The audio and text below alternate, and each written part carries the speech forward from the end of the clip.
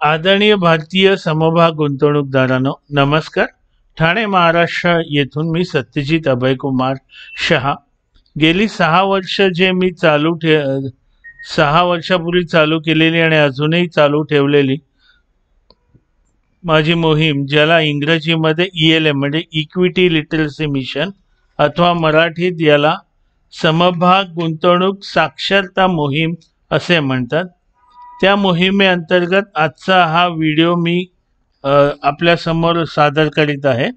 त्याचं आजचं शीर्षक आहे ॲव्हरेजिंग आउट मिसकॉन्सेप्ट्स विथ इन्व्हेस्टर्स, अथवा मराठीत समभागाची सरासरी खरेदी किंमत कमी करणे, गैरसमजुती.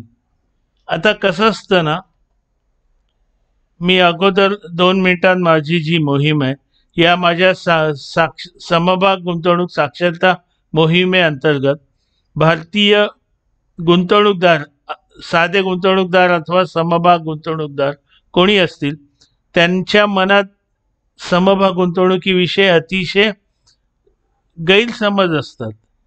त्यांना अनेक जणांना भीती वाटते.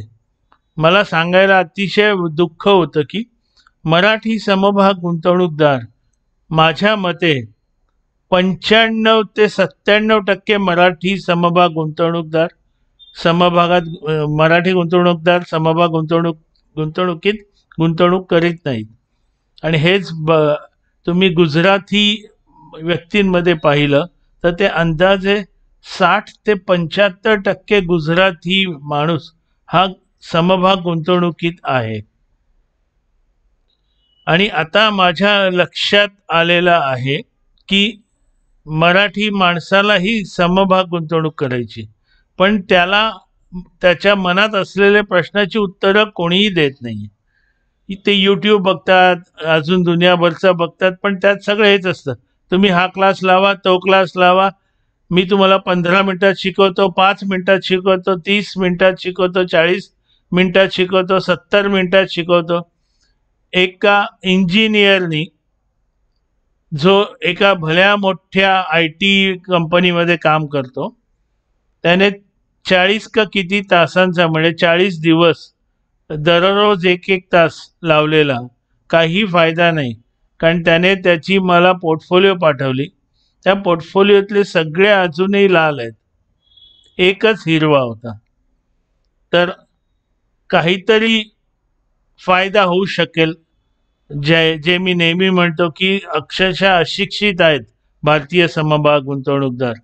आता त्याच मोहिमेमध्ये आजचा माझा विषय अगदी त्याच्यासाठीच आहे.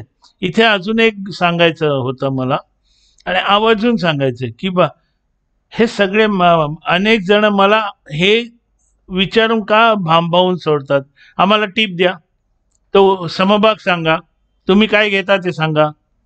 अरे सगळं आयतं कसं घेता हो तुम्ही, किंवा तुम्ही कसं शोधता, तुम्ही फंडामेंटल ॲनालिसिस कसं शोधता, मी चांगले शेअर्स कसे शोधू.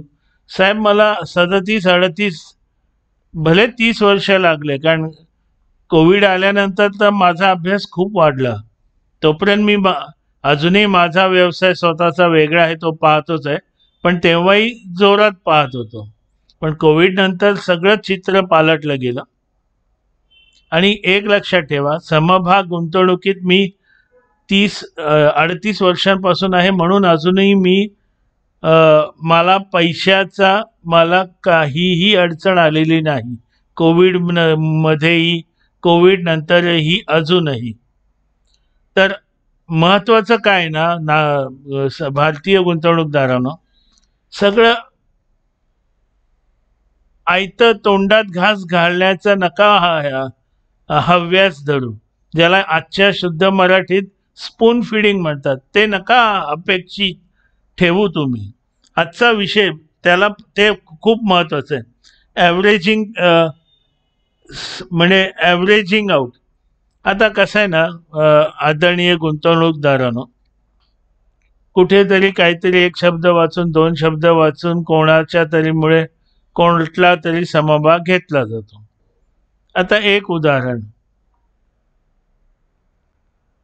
एका गृहस्थानी मला मागे लिहिलेलं की मी हा अ ब क ड हा समभाग घेतला. अंदाज म्हणजे समजा पकडा 8,000 रुपयाला घेतला आणि म्हणजे 2च घेतले आणि नंतर मला अधिक घ्यायचे होते, पण तो वेगाने वाढत गेला आणि तो नंतर 20,000ला गेला. आता मी स्वतः कधी 8,000चा 20,000ला म्हणजे मी ॲव्हरेजिंग आउट करा असं कधीच सांगणार नाही. हो, पण परत तो 20,000वरून 14ला आला, 13ला आला, 12ला आला, तेव्हा करा ना ॲव्हरेजिंग आउट. पण हे गृहस्थ, सद्ग्रस्त काय कळवतात मला, तो पुन्हा मी घेतलेल्या भावाच्या खाली आलाच नाही. त्याच्यामुळे मी घेतलाच नाही. ही एक अनेक चुकांपैकी ही एक चूक मराठी माणूस करतो आणि हमखास करतो. म्हणजे एखादा अलिखित नियम असल्यासारखं करतो की मी घेतलेल्या भावाच्या पेक्षा खाली आल्याशिवाय मी ॲव्हरेजिंग आउट करणार नाही. ॲव्हरेजिंग आउटचा अर्थ आपल्याला कळतो का? की तो समभाग आपण घेतला कमी किमतीत, चुकून मिळाला. आता एक उदाहरण सांगतो. मी कोणाची नावं घेणार नाहीत कारण लोकांना आवडत नाही. एक समभाग 2,500 रुपयाला होता. तो भले मी 980 पासून घेतोय. एका व्यक्तीने घेतला. माझ्या चांगल्या ओळखीच्या व्यक्ती. मला विचारलं काय करू? एकच घेतलाय. म्हटलं अजून घ्यायचा, अजून वाट बघायची. म्हणजे अजून घ्यायचा तो. कारण मीच 980ला घेतला आणि मी शांतपणे बसलोय. मी स्वतः वाढवत चाललोय. नंतर 1 महिन्याने विचारलं काय झालं, घेतला की नाही? नाही. मी 2,500ची वाट पाहत बसलेलो आहे. त्याच्यानंतर तो 3-3.5ला गेला. त्याच्यानंतर तो 4-4.5ला गेला. त्याच्यानंतर तो 5-5.5ला गेला. फक्त मध्ये एकदा त्या आस्थापनेवर इन्कम टॅक्स म्हणजे आयकर विभागाने माहिती काढण्यासाठी त्यांच्या सगळ्या ज्या कारखाने आहेत अथवा त्यांची जी कार्यालये आहेत तिकडे ते गेलेले त्यांची पुस्तकं तपासायला. त्या दिवशी तो समभाग 20% खाली आला होता.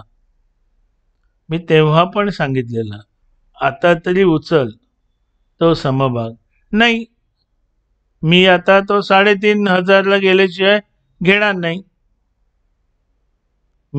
कारण त्या दिवशी तो 3,700 पर्यंत खाली आला होता. त्या गुंतवणूकदारांनी आजपर्यंत तो समभाग घेतलेला नाही. आज त्याची किंमत अंदाजे 8-8,500च्या आसपास आहे. काय मिळवलं? आता मी तुमच्या समोर हे गणित करून दाखवतो. समजा एक आणि अजून एक घेतला असता तर समजा 2,500ला एक घेतला, पुढे जरी 4,000ला घेतला असता तरी 2 समभागाचे मिळून 6,500 भागिले 2 3,250 याला ॲव्हरेज प्राईस म्हणतात. कारण प्रत्येकाचं अधिक करून प्रत्येक समभागाची किंमत आपण जोडली आणि त्याला भागिले किती समभाग. आता याच्यात 2,500 अधिक 4,000 भागिले 2 समभाग म्हणून 3,250. आज समजा त्याची किंमत 8,000 आहे.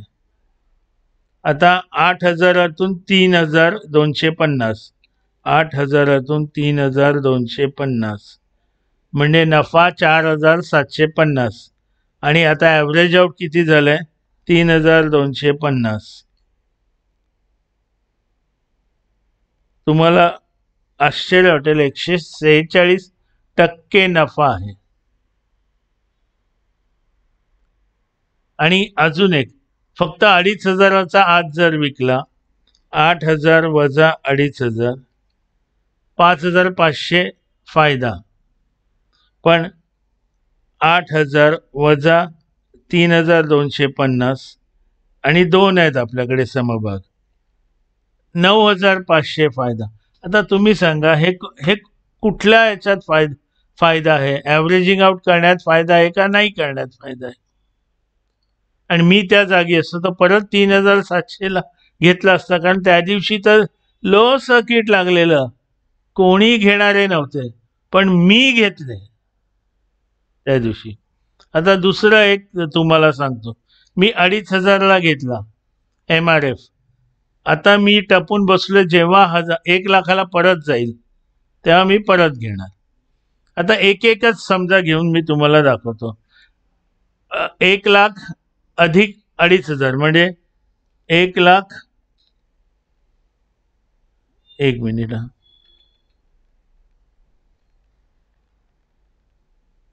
म्हणजे माझी गुंतवणूक होणार 1,02,500.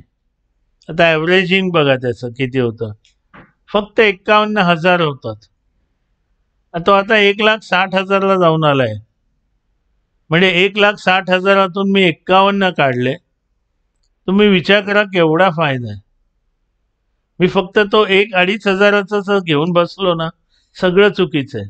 सुदैवाने माझ्याकडे नंबर ऑफ शेअर्स जास्त आहेत, पण मी अजूनही करणार आहे त्याला ॲव्हरेजिंग आउट. तर महत्वाचं काय माहिती आहे का, हे सगळे हट्ट, चुकीचे हट्ट सोडून द्या, की मी तो खाली आल्याशिवाय मी ॲव्हरेज आउट करणारच नाही, ह्या किमतीच्या खाली आल्याशिवाय ॲव्हरेज आउट करणार नाही. आणि ह्याच्या विरुद्ध पण मी सांगितलंय तुम्हाला, लॉस बुकिंग करत नाहीत लोक, ते मागे एका व्हिडिओत सांगितलंय, ते परत सांगत बसणार नाही. आणि अजून एक तुम्हा सगळ्या आदरणीय भारतीय गुंतवणूकदारांना एक विनंती करायची, मला अतिशय साधे प्रश्न विचारू नका, कारण तुम्ही इंटरनेट वापरताय याचा अर्थ तुम्हाला गुगल पाहता येतं. 2 का 3 दिवसापूर्वी एका ग्रस्ताने मला विचारलं, ROI म्हणजे रिटर्न ऑन ROE म्हणजे रिटर्न ऑन इक्विटी ना? मी हो म्हणून सांगितलं. ताबडतोब दुसरा प्रश्न, नाही हा नाही, पहिला प्रश्न काय, मी काहीतरी एक चार्ट पाठवलेला, हा तुम्ही कुठून घेतला, त्याचं मी उत्तर दिलं. परत दुसरा प्रश्न, ROE म्हणजे रिटर्न ऑन इक्विटी ना? मी मग त्याचं उत्तर दिलं, कृपया गुगलमध्ये पहा. अहो सगळंच मला नका विचारू, मला कळत नाही. मी ते काय विकिपीडिया नाहीये, माझा स्वतःचा एक वेगळा व्यवसाय आहे, ज्याच्यावर माझा उदरनिर्वाह गेले 40-50 वर्ष चाललेला आहे. मी ते पाहून हे माझ्या मनात एक सामाजिक, म्हणजे जसं कॉर्पोरेट्समध्ये, मोठ्या कंपन्यांमध्ये CSR असतं, कॉर्पोरेट सोशल रिस्पॉन्सिबिलिटी, तसं मी माझी स्वतःची ISR म्हणून हे मी चालवतोय, इंडिव्हिज्युअल सोशल रिस्पॉन्सिबिलिटी. याचा अति गैरफायदा घ्यायला जाऊ नकात, मी विनंती करतोय. आपल्या मराठीत एक म्हण आहे, दुर्दैवाने अनेकांना मराठी नाही कळत, की ऊस गोड लागला म्हणून मुळासकट खाऊ नये. मला खरंच वेळ नसतो आणि मी अतिशय अभ्यास करत असतो, तेव्हा हे मी जे चालू ठेवलेलं आहे, हे जर तुम्हाला आवडलं, कृपया लाईक करा, शेअर करा, कॉमेंट करा, स्वतः सबस्क्राईब करा, बेल आयकॉनवर क्लिक करा, तुमचे मित्र नातेवाईक सगळे सोयरे आजूबाजूचे सगळ्यांना माझी यूट्यूब वाहिनी त्याला सबस्क्राईब करायला सांगा. आणि कोणी कितीही मला त्रास दिला, काही झालं, किती ट्रोलिंग केलं, काळजी करू नका, मी हे माझी मोहीम चालू ठेवणार आहे. आत्ता पण मला म्हणजे अनेक जण विचारतात, तुम्ही आम्हाला शिकवा, तुम्ही कसं करता. हो, आत्ता ह्या एक धडा झालाय तुमचा, कसं करायचं ॲव्हरेजिंग आउट. आणि ॲव्हरेजिंग आउट महत्त्वाचा आहे, हा धडा शिकवलाय. आणि ह्याचे मी कुठलेही पैसे घेतलेले नाही आहेत, की हे माझा व्हॉट्सअप अकाउंट, तुम्ही याला हे पाठवा, हे माझं ते, त्याला पैसे पाठवा. आणि हे महत्त्वाचं आहे, तुमच्यापैकी किती जण स्वतःलाच कबूल करतील, अरे मी आत्तापर्यंत चुकतच होतो. आणि गंमत काय माहिती आहे का, लोक ॲव्हरेजिंग आउट न करता त्यांनी समजा एक 10,000ला घेतला समभाग, तो 6,000ला आला, 7,000ला आला, चांगला समभाग, फंडामेंटली चांगला, खालीच चाललंय म्हणून विकूनच टाकतात, पण ॲव्हरेजिंग आउट करत नाही. म्हणजे 10,000चा 6ला विकतात, 4,000 तोटा, पण तो 10,000चा असून त्याला 6,000 घेतले तर 16,000 होतात.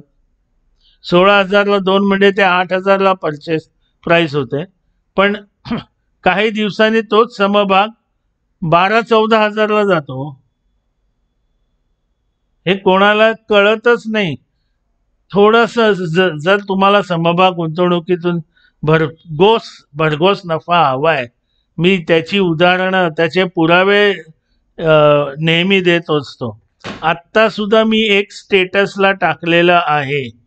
आता अनेक लोक स्टेटस पाहत नाहीत किंवा त्यांचा व्हॉट्सअप क्रमांक मला कळवणं योग्य वाटत नाही, त्याला मी काही करू शकत नाही. एका वर्षात एका समभागाने 53.23% परतावा दिलाय. एका वर्षात एका समभागाने. आणि मी तुम्हा सगळ्यांना विनंती करतो, हे तुम्ही तुमच्या बँक FD, पोस्ट FD जे 4.5 ते 8.5% देतं, त्याच्याशी तुम्ही तुलना करा. ज्याला आजच्या शुद्ध मराठीत अथवा दुसऱ्या मराठीत, जुन्या मराठीत मला नाही कळत, त्याच्याशी तुलना करा, म्हणजे कम्पेअर करा. अथवा तुम्हाला म्युच्युअल फंडवर जे मिळतं परतावा, तो अंदाजे 8% ते 15% असतो. त्याच्याशी तुलना करा. 8% ते 15% चांगला का 53.23 चांगला, 4.5 ते 8.5 चांगलं का 53.23 चांगलं. अजून एक महत्त्व सांगायचं आहे, मी मागे पोस्ट रिटायरमेंट मंथली इन्कम ह्या शीर्षकाखाली एक व्हिडिओ टाकला होता. त्याच्यात जे मी कॅल्क्युलेशन्स अथवा काही केलं होतं, तेव्हा मी दर 39% एवढाच परतावा घेतलेला. आता एखादा समभाग जसं ह्याने 53 दिलं, तर पुढच्या वर्षी तो 63 देऊ शकतो, एखाद्या वर्षी 23 देऊ शकतो, पण त्याला मी सरासरी दर 39 घेतले. कारण मी जे समभाग घेतो ते सगळे फंडामेंटली स्ट्रॉंग असतात. मी असले साधे वोडाफोन आणि हे असले गती घेत नाहीत. म्हणजे ज्याला आपण हे म्हणतो, काय म्हणतो त्याला, पेनी स्टॉक्स घेत नाहीत. असो, नमस्कार. तुम्हाला परत राग येईल, तुमचं सगळं मी काढलं, पेनी स्टॉक्स वगैरे. असो, नमस्कार, जय हो, पुन्हा भेटूया.